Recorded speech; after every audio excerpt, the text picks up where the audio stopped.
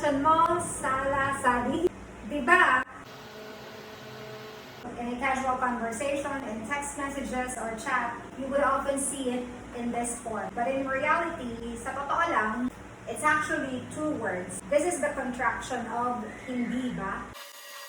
Hindi ba? In English, we have this thing called tag questions. We're going to the party, aren't we? It's nice, isn't it?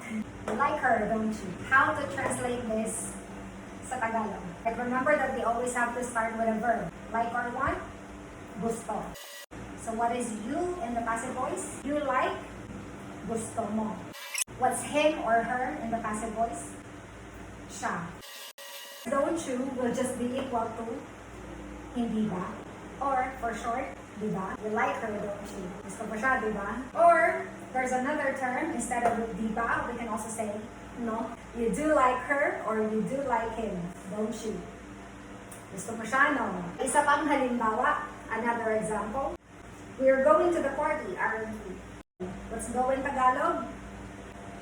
Punta. Even sa last video ko, even on my last video, I cover this verb, diba? We are going or we will go, it's in the future tense. So, pupunta. We, the inclusive we, I, and you, tayo. To the party, sa party, we just use party casual. We're going to the party, aren't we? Pupunta tayo sa party, diba? It's nice, isn't it? What is nice? So in this context, it's going to be beautiful. Maganda.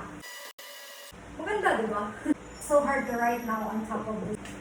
Alright guys, so gets nyo na? Madali lang, diba? Oh, that's another tag question. Maybe we should add that here. It's easy, isn't it? Madali lang, diba? There you have it, short Tagalog grammar for today.